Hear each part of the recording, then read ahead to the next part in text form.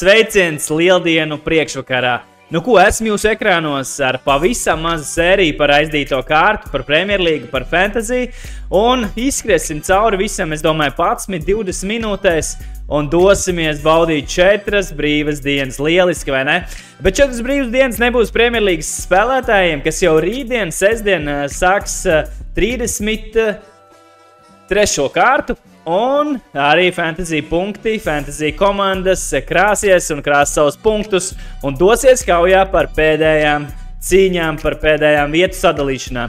Tā kā skrienam tālāk, skatāmies, kas tad notika Premjerlīgā. Kā jau vienmēr, Sporta punkts mums piedāvā Premjerlīgas apskatu. Premjerlīgas apskatā izcelšu sākumā Newcastle, viņai 2 spēles bija. Pirmkārt jau svētdien 4-1 tika uzveikta diezgan viegli Manchester United, lai arī United pēc Garnacho diezgan precīzā sitiena panāca 1-1. Tomēr Newcastle sagrupējās un iesit 3 bezatbildes vārtus.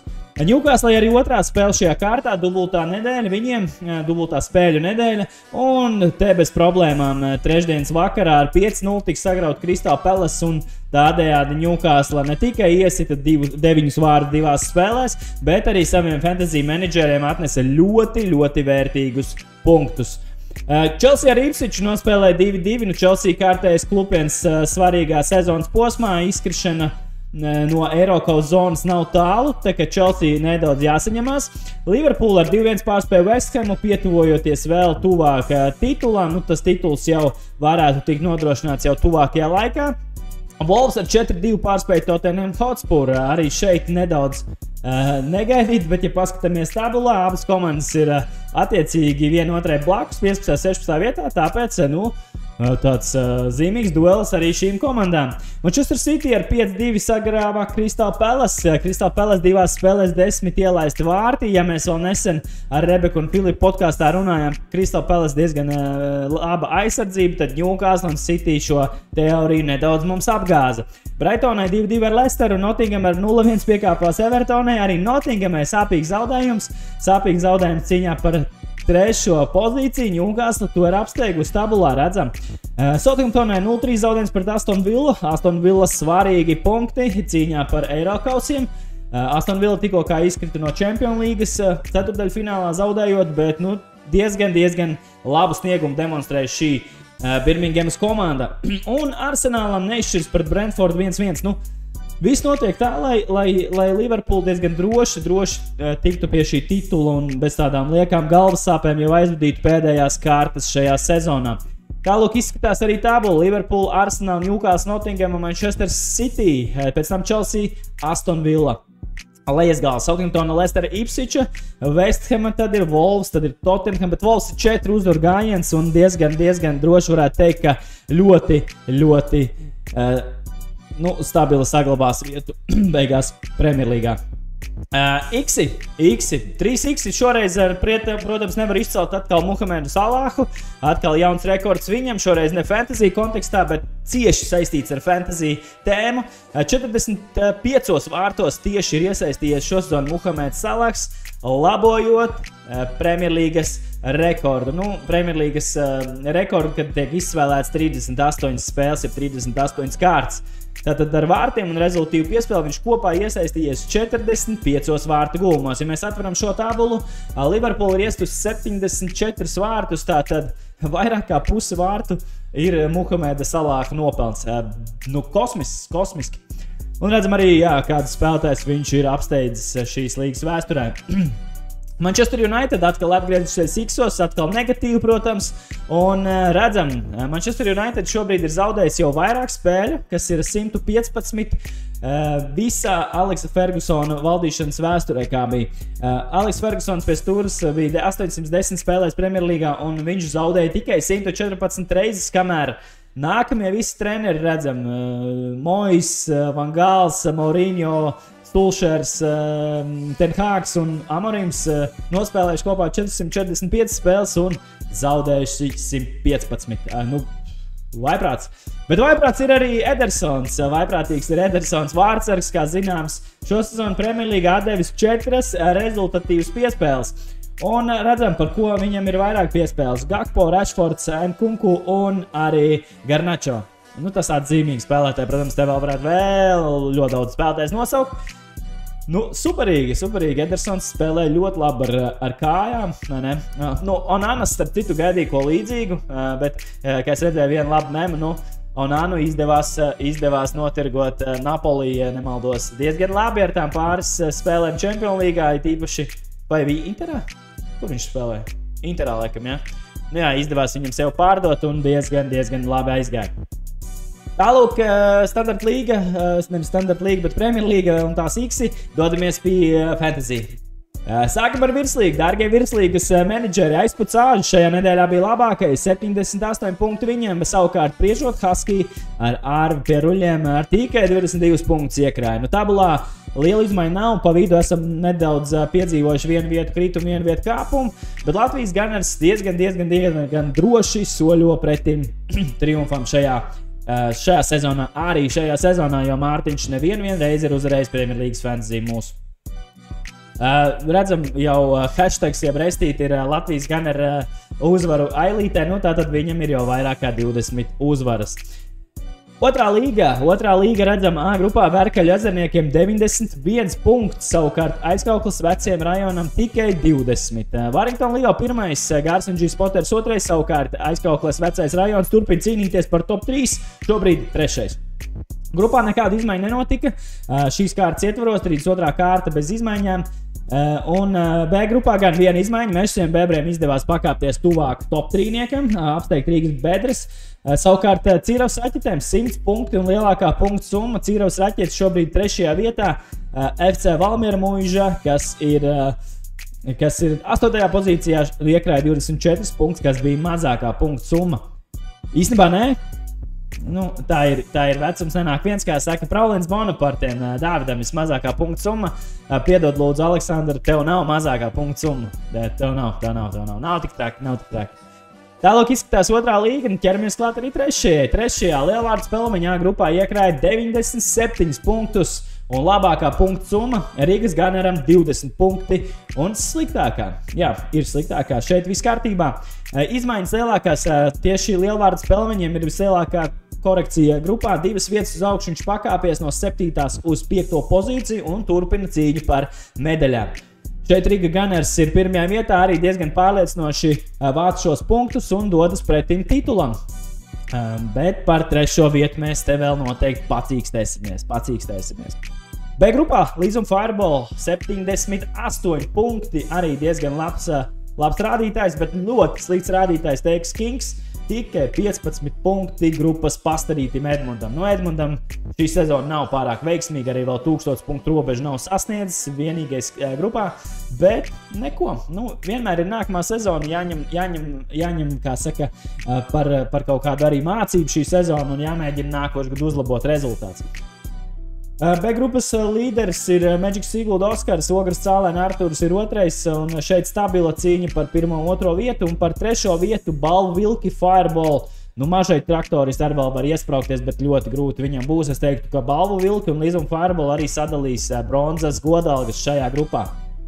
3. līgā AC grupā nekāda izmaiņa nav. Redzam, ka Riga FC Lapsene un Malpils Mountaineers ar 59 punktiem bija labākie, savukārt Kristaps Blanks ar 32 punktu šoreiz sliktākais menedžers šajā grupā, šajā kārtā. Malpils Mountaineers, nu tituls ir garantēts, apsveicam Kristapu ar titulu. Madonas Spartaks ir 2. pozīcijā un 3. Rīgas Tukāni. Ja 1. vieta ir bez intrigas, tad 2., 3. vieta ir ļoti aizraujoša. Šeit mēs varam pat pievilkt ļoti lielu sakritību gadījumā arī 7. vietā esošo Rīgas Rausi, kurš vēl var pacīnīties par titulu. Nu, titulu cīņa ir aizraujoša, jā. 32. kārtā D grupā Cīravas United Mavericks, kas pēdējā laikā spēlē ļoti atzīstam un ir arī viena no labākajām komandām pēc punktu summas vispār visā šajā sezonā. Ar 69 sagrāva Rojas Jussi. pret 24. Savukārt tikšu Sankuriem zem 20 punktiem, 18 viņam un sliktākā nedēļa šajā grupā, šajā kārtā. Cīrava United Mavericks attiecīgi arī pārņēmusi vadību grupā. Nu šeit Vidri Džozola tagad ir 2. un Purciem Zebieks numur 3. Šeit cīņa ir arī par 1. vietu vēl. Nu šeit ir aktuāla arī Purciem Zebieks, vēl var iesaistīties, tie ir 8 punkti. Tas nav nekas traks, vēl ir jāspēlē pietiekoši daudz kārtas, lai varētu šito sagriezt kājām gaisā.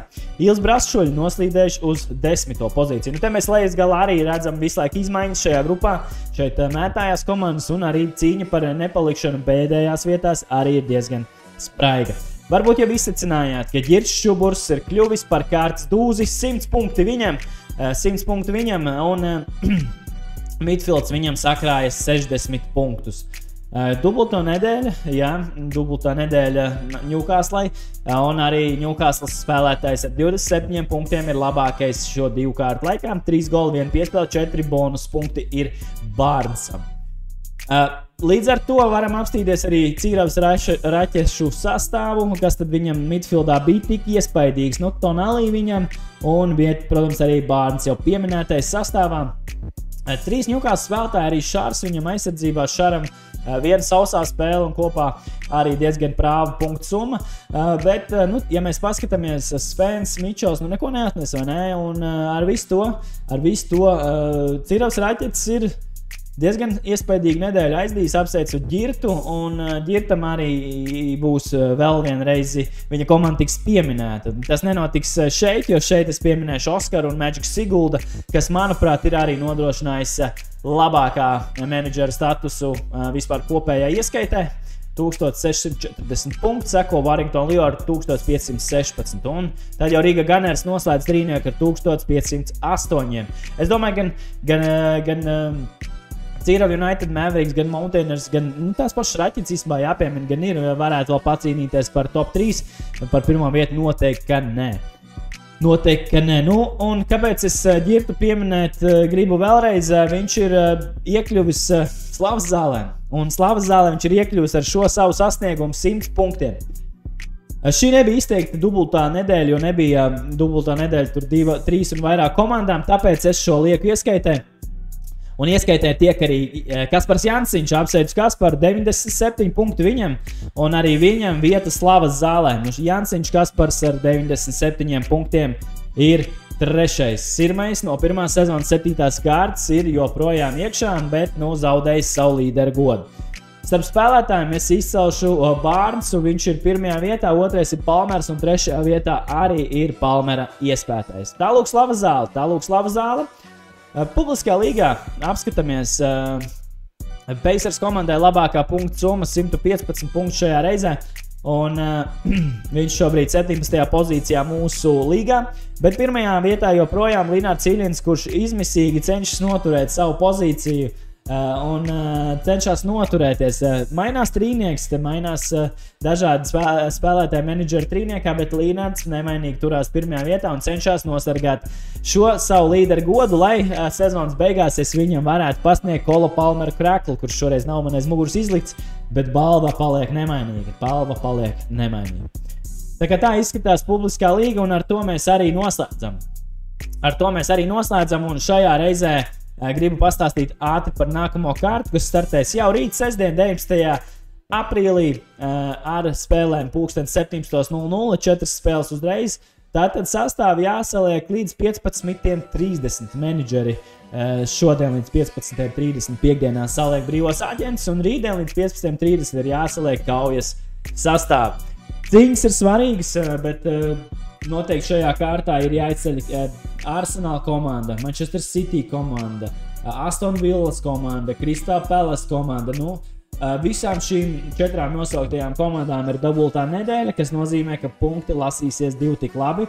Un te ir ļoti labas iespējas arī izcīnīt svarīgus punktus, tīpaši tiem, protams, kam ir šo komandu spēlētājs sastāvā. Es arī pirms raidījuma apskatījos, kas tad man no šīm komandām, un diemžēl man vienīgais ir Erlings Hollands, kurš ir traumēts, un viss ir slikti. Tāpēc jāmeklē kaut kas brīvajos aģentos, pameklēsim, paskatīsimies un mēģināsim kaut ko izvilkt no turienes. Centrālajie mači Aston Villa Newcastle, Manchester City Aston Villa un Tottenham Nottingham. Tādi ir centrālajie mači. Tottenhamai ļoti zīmīgs mačs cīņā par godu un cieņu, savukārt Nottinghamai ļoti zīmīgs mačs cīņā par Champions League vietu. Kurš spēlētājs 33. kārtā iekrās vairāk punktus? Ja ir vēlme uzminēt padalīties savu viedokli un mēģināt uzminēt šo atbildu šo jautājumu, droši rakst komentāru sadaļā, negrib nerakst, viss kārtībā, bet man šis jautājums noteikti ir aktuāls, vērtējot tīri nākamo kārtu un domājot par to. Tālūk, šī kārta noslēgsies 23. aprīlī, nezinu, vai izdošu raidījumu 24. aprīlī, to mēs redzēsim pēc situācijas skatīšos, jo neilgi pēc tam, īstenībā apskatīsimies, kad tad mums sākās pēc tam 30. Tanāk. 4. kārta. Tā. Links. Flashstores vienmēr nāk palīgā šajos laikos, kad tas ir vajadzīgs. Tā mums startēs. Nu jā, tur viss aiziet kopā un īstenībā diezgan nepateicīgi viss sanāk, tāpēc, jā, visticamākais raidījumu es varētu izdot 27. un 25. ja tas tur ir pārtraukums, tā kā redzēsim, centīšos būt ar jums, jūsu ekrānos. Paldies, ka klausījies, priecīgus svētkus, izbaudām 4 brīvas dienas, kam nu viņas ir.